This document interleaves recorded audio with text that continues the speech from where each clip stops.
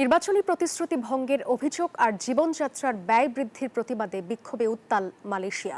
প্রধানমন্ত্রী আনোয়ার ইব্রাহিমের পদত্যাগের দাবিতে কুয়ালালামপুরের রাস্তায় নেমেছে হাজারো মানুষ। আর এই আন্দোলনকে সমর্থন জানিয়ে বিক্ষোভে অংশ নেন শতবর্ষী সাবেক প্রধানমন্ত্রী মাহাথিরও।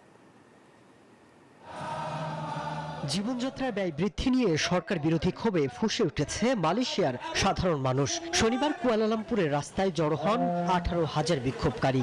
দাবি ওঠে প্রধানমন্ত্রী আনোয়ার ইব্রাহিমের পদত্যাগের। সংস্কারের প্রতিশ্রুতি দিয়ে 2022 সালের নভেম্বরে ক্ষমতায় আসেন আনোয়ার ইব্রাহিম। সরকারের রাজস্ব বাড়াতে তার সরকার সম্প্রতি বিক্রয় এবং সেবার উপর কর বাড়িয়েছে, ঢেলে সাজায় ভর্তুকি খাত। জনগণের একাংশ বান্ডেল থাকলে প্রতি সেনমানিতে টাকা বাঁচবে। বিকাশ সেনমানি বান্ডেল কিনে জিতুন প্রতি লেনদেনে। আশঙ্কা এসব পদক্ষেপের কারণে নিত্য পণ্যের দাম আরো বেড়ে যেতে পারে। আমি শিক্ষার্থী হয়েও রাজপথে নামতে বাধ্য হচ্ছি। দিন দিন মূল্যস্ফীতি বাড়ছে, অর্থনীতিতেও ভঙ্গুর দশা। আমাদের ভবিষ্যৎ কি?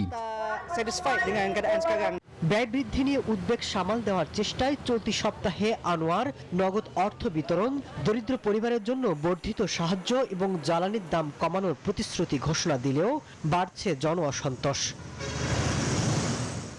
চলতি মাসে 100 বছরে পা দেওয়া সাবেক প্রধানমন্ত্রী মাহাথির মোহাম্মদ সমাবেশে যোগ দেন। আনোয়ার তার ক্ষমতার অপব্যবহার করছেন বলেও অভিযোগ করেন তিনি। যারা নিরপরাধ তাদের অভিযুক্ত করা হয়েছে, যারা অপরাধ করেছে তাদের ছেড়ে দেওয়া হয়েছে।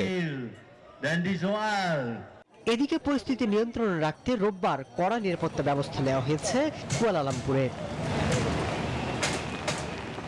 মাসুদ রানা, নিউজ 24।